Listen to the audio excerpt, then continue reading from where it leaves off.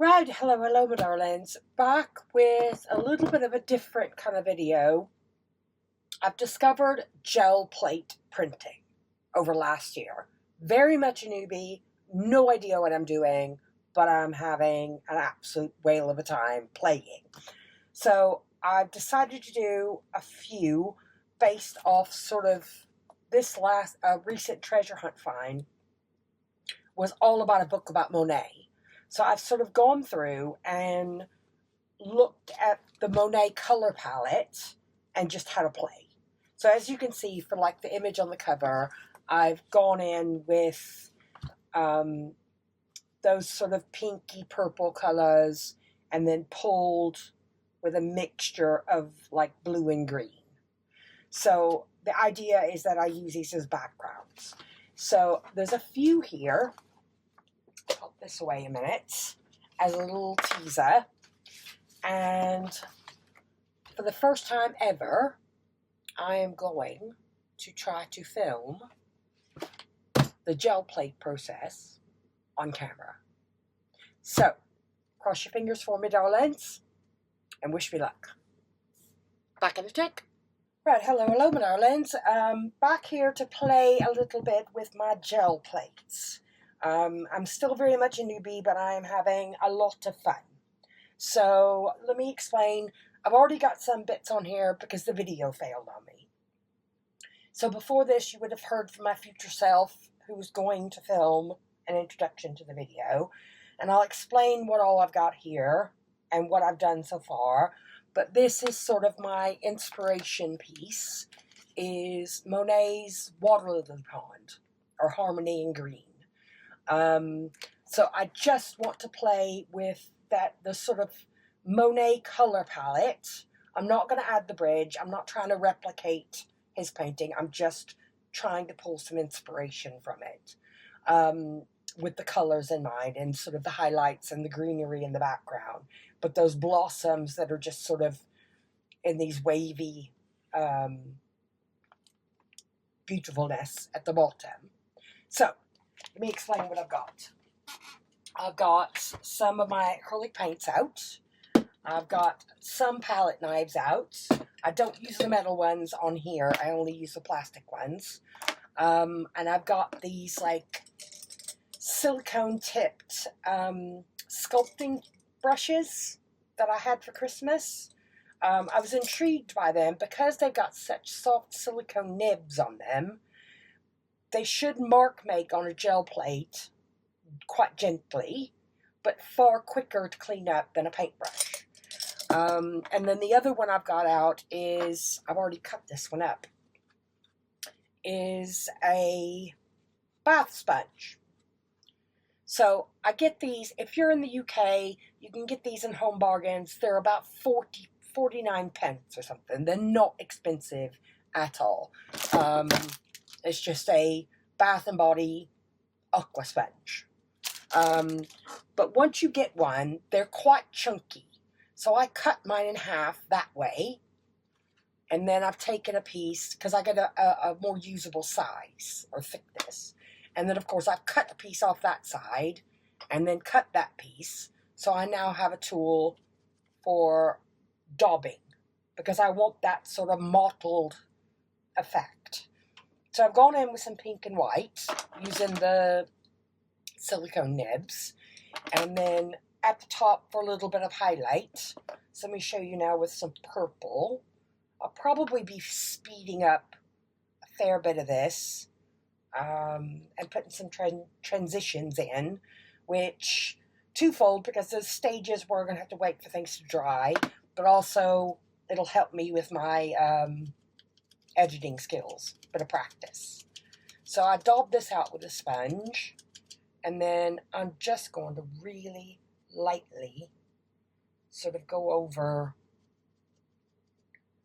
because I'm going to be adding those darker, progressively different, those different greens as I go along, but I want that little bit of a hint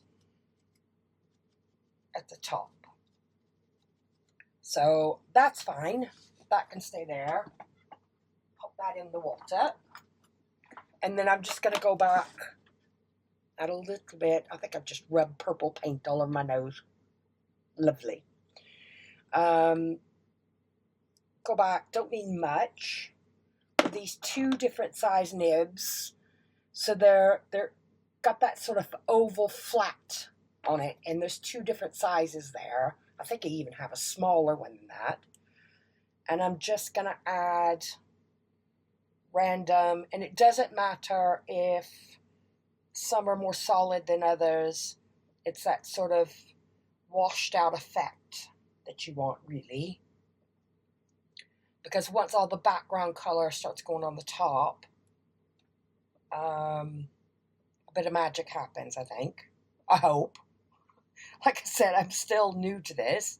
And every time I do a big pull, I'm always sort of surprised at what sort of comes out.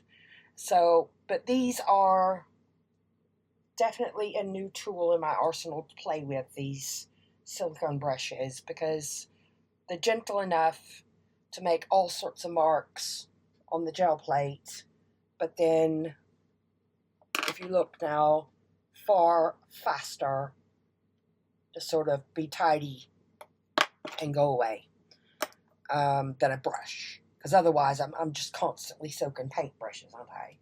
So put some of these smaller bits in there. And I'll go in probably with a lighter blue and a yellow in exactly the same fashion and fill in my little waves of blossoms here and get them trailing off. But yeah, that's the plan so far. And then I will pop back on. So I will speed this next bit up. I won't edit it out for now, but I am going to speed it up.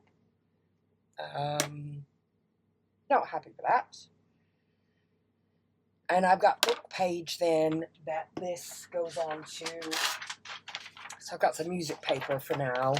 So any waste on this 5x7 does not go to waste. And by the time I'm ready to clean it again, this will likely be dry. So I've got most of the paint off there. So that paint's not going to waste. And at the end of the video, perhaps I'll show you some of my the good, bad, and ugly of some of my brayer offs and cleanup sheets. So that's that. So let's speed it up a little bit. I'm going to go back and add 2 more colors to the blossoms before we move on to some of the greens. Right, here we go.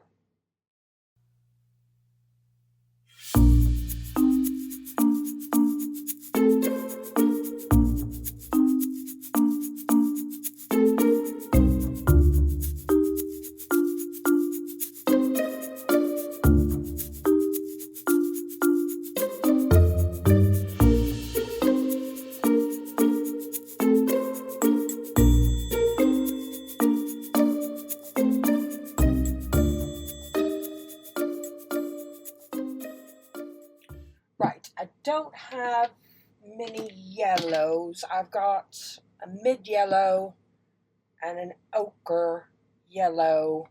So I think I'm going to try mixing. I don't want bright, bright yellow. I want a softer yellow. So I'm going to add some white to this yellow ochre and see what happens. Again, this is all very new territory for me. I've played with watercolors, but this is definitely new. So let's see what kind of yellow I get here. I don't want it to be too dark. More white.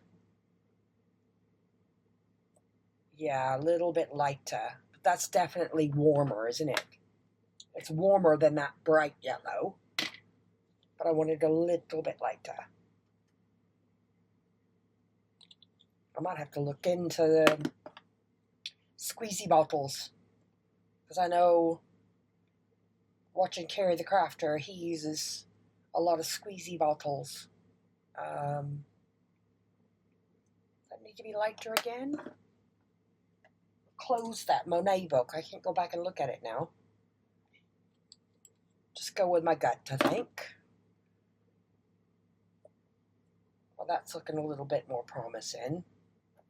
But again, with these plastic palette knives, it's gentle, gentle on your plate. Oh, that's much nicer. That's a much nicer buttery yellow, isn't it? Right. So here we go again. I'll fast forward or speed up this bit of painting. I'm going to go back in and add the yellow then. Here we go.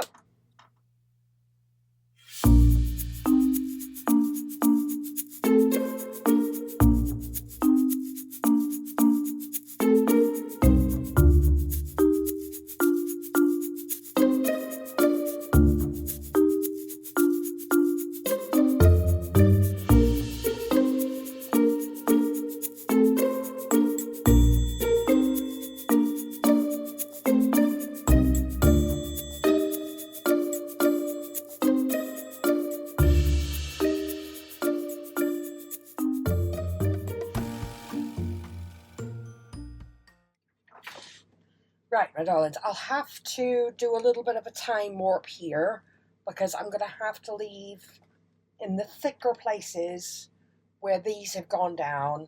I'm going to have to leave them dry. So I will do a little bit of an edit and a transition for that. So as you've just seen, I had the waste paint off onto some fodder pages. I've given this one a clean. This one needs to sit for about, I don't know, 5 minutes maybe. And then I'm going to pop back on. So, back with you in a tick. Right, darlings, I think it's dry enough to continue. Now, as I said, I'm a complete newbie. And one of the ways I check is where I can see the thicker bits. I'll sort of tap it with my finger. But if most of them are fine, a little bit on that, it's fine. Because I'm not going to brayer the next one. I'll be sponging it. I'm not too worried about those bits that are still slightly there. I'm not worried about them bleeding too much, if that makes sense. So next I got a sponge I need to cut ready. So let's cut this bit in half. Oh, and I forgot to mention as well, I know these are quick specialty brushes, but you could get this same effect using something like cotton buds, or even just your finger, if you went in with your finger and did it. So I've got greens to go next. So I've got a yellowy green, a light green, a mid green, and an olive green. And I'm going to go in with the sponge starting from the lightest. So I'm going to pop these over here ready. And see what happens. Never quite know how much paint to put on here. I either don't do enough or I do too much. And then just decide which surface of that piece of sponge I've just cut that I want to use. So I think I want to use a slightly bigger size. Maybe?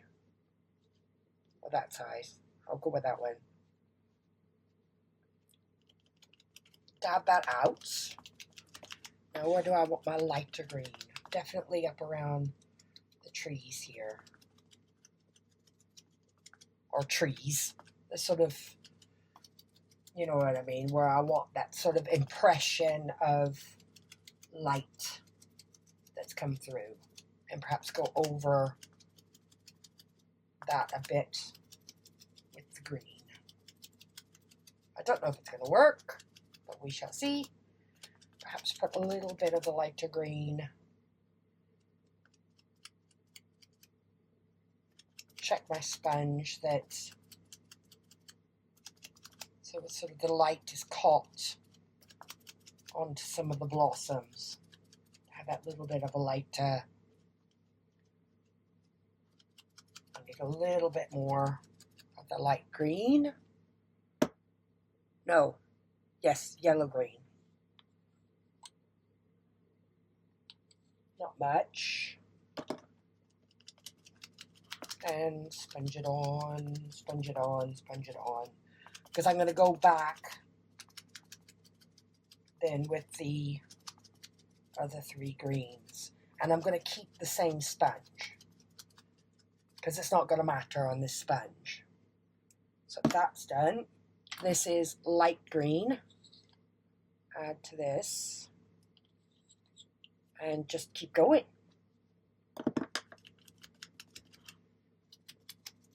Sort of getting that sort of graduation of the green color going around. But in Monet's piece as well, the bits in between the blossoms were quite dark in his. But I think, yeah, just get some of this in there onto those blossoms as well. And because, like I said, I'm not brayering, I'm just going up and down. Another up and down tool that I found really useful, depending on what. I'm using the sponge because I want that mottled effect, isn't it? But the other one I found is you can get these, like daubers. And those are really, really useful, because that's just an up and down movement. So that's a light green. Let's go in with mid-green. Give it a good squish in there. And I'm dabbing it out on the 5x7 because I don't want the sponge to be too fully loaded. Because I still got yet another green to come in with. And I've got my pull color to come in with. So really going in lightly with this one and covering. So I've got green everywhere then.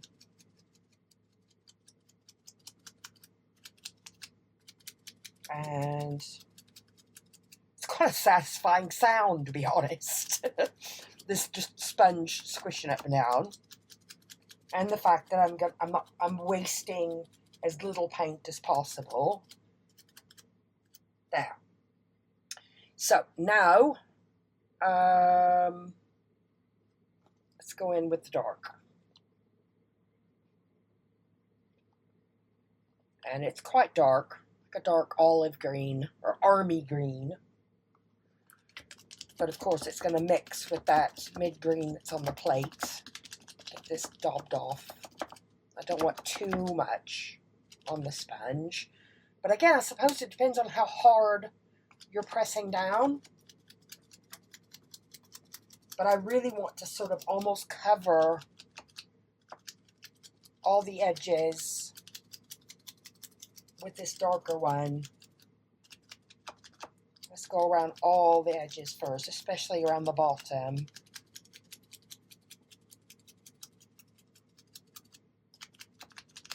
And let's see where I get to. Right, I might speed this bit up now. Or I might not. Let's have a look. Where else can I go? At least in there. Because my sort of highlights are there and there.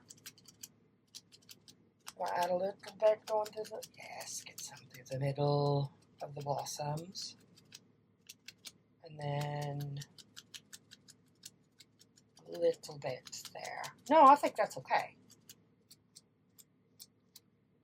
Yeah. Yeah.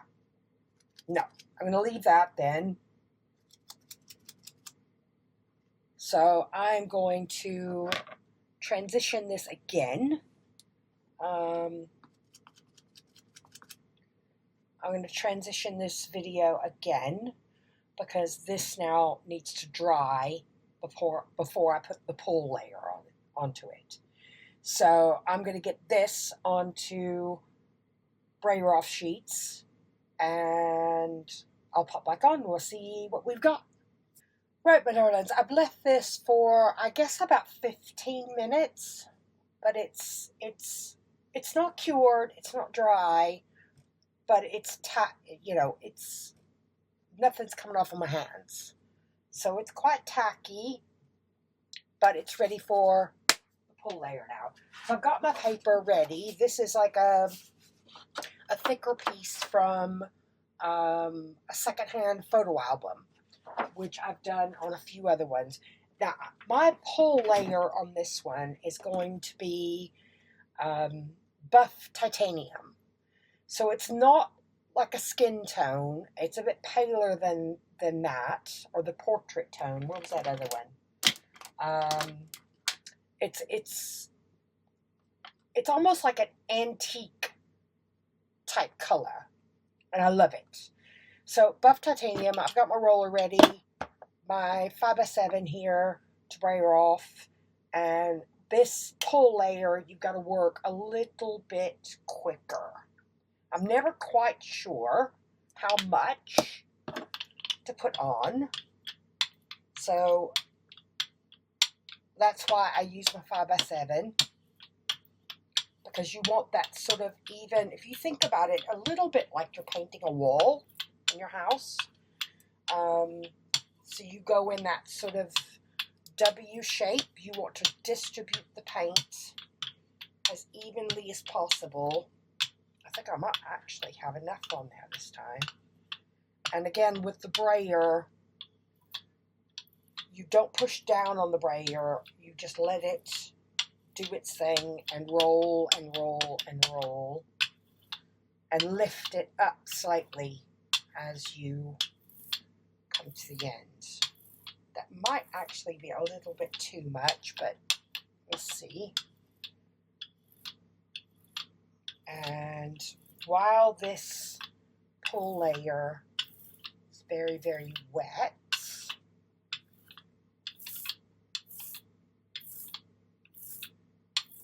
there we go, you get your final piece on it.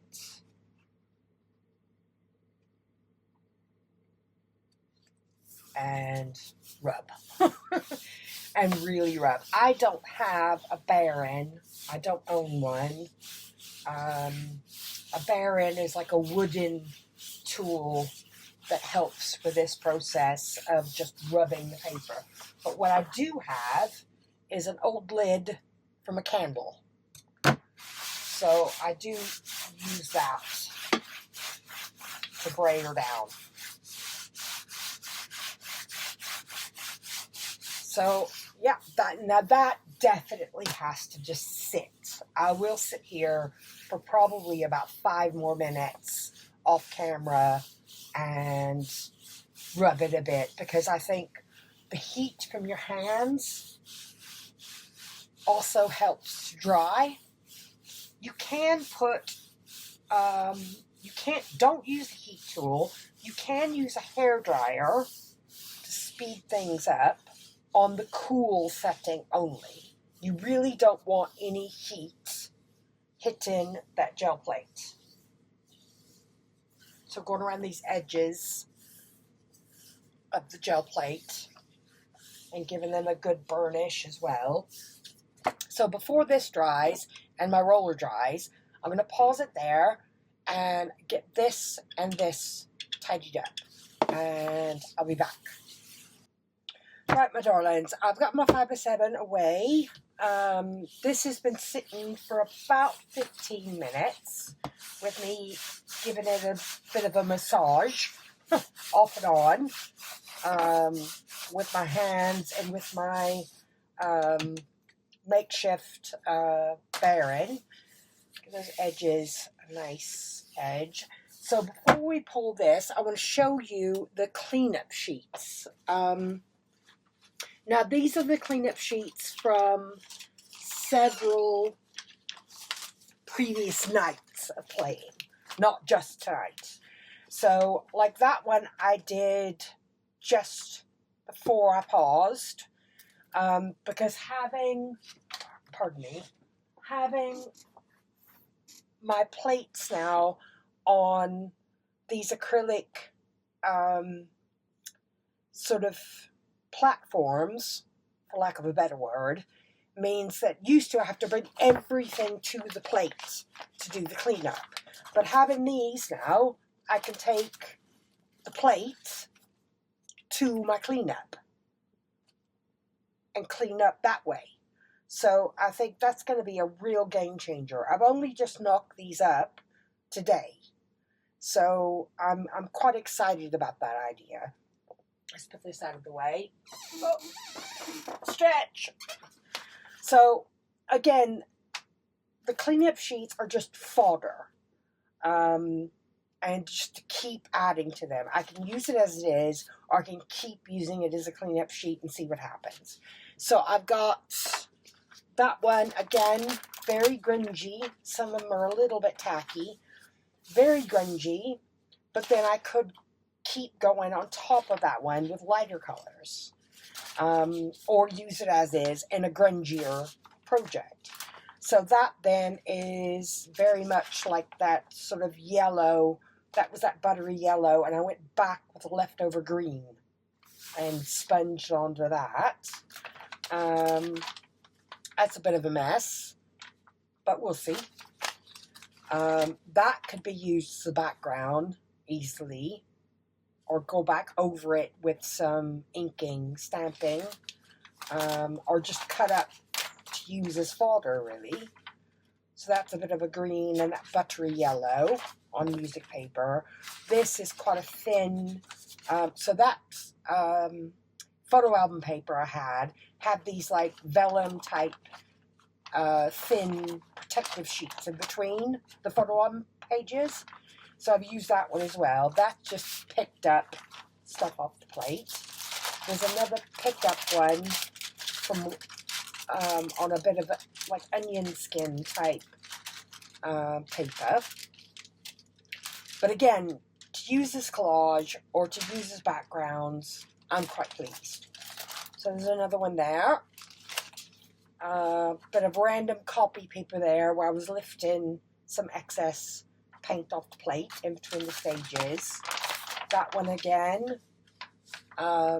using the color palette that you can see. That one I quite like. That's going to be an interesting background for something. Don't know what yet. We'll see. More of that buff and pink, or yellow and pink. Buff and pink. I can't tell. Again, that one, you could tell then that I went back with my bit of sponge and daubed off all that extra before my sponge went in the water bath. So those are the waste pages, or brayer off pages, or I'm not sure proper word I want to use for them yet. So this has had plenty of time. So let's have a test and see. Right, cross your fingers.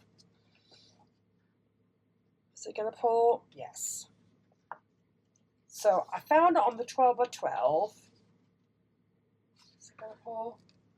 If I lift the edges, because some videos I've watched have said don't pull paper from a 12 by 12, flip it over and pull the gel plate off the paper. And I've only waited about 15 minutes. I mean, I could have left this sit here overnight, easily. But I'm a bit impatient. So let's have a look. Ooh. Now, I'm quite pleased with that. I'm really pleased with that. I need to try a slightly different technique for that sort of shadowing up the top. That is this sort of Monet color palette. It's pulled nearly everything after 15 minutes. There's some bits down here, but it's pulled nearly everything. And if you look really close, you can see where that sort of buff color is showing through. And like in the shadows of the leaves there, you can see that buff color that I used to pull with has come through any of those voids of the paint. So no, I'm really pleased with that. Let's pop this out of the way a minute. Where's the book gone? There it is. Let's have a look. There we go. So, inspired by Monet.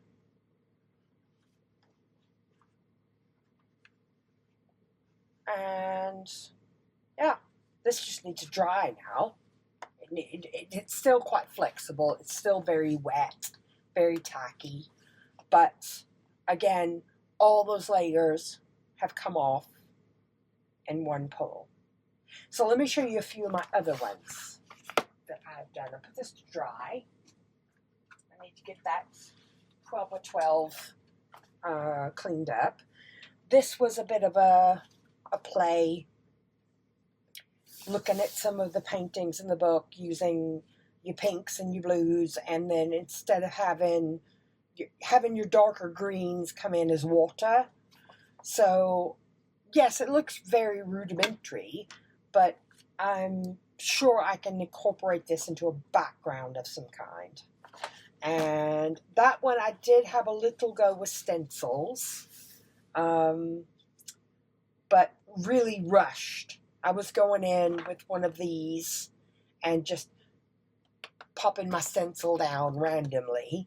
And then I went back in with a bit of pink, a couple of different blues.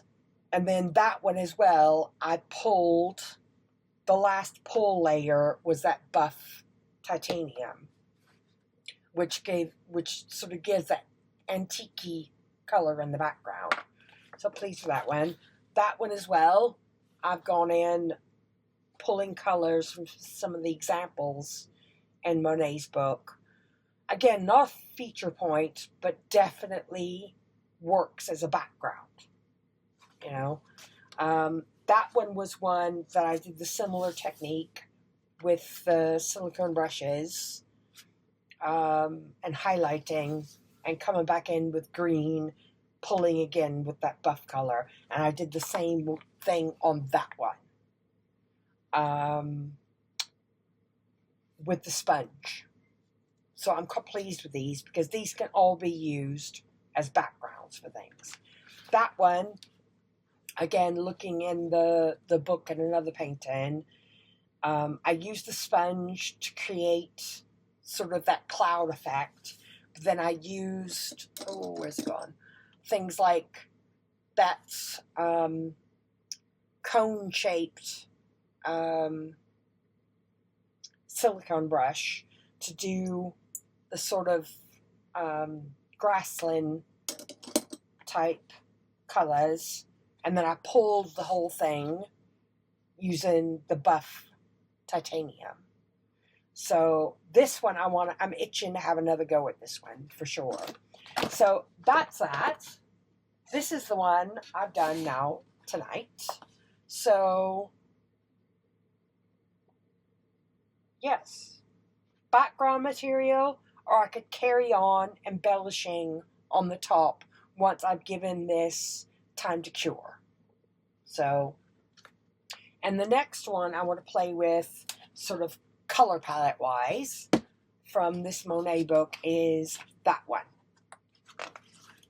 I want to have a go because that one is the water lily pond, harmony and green, and this one is water lily pond, water irises.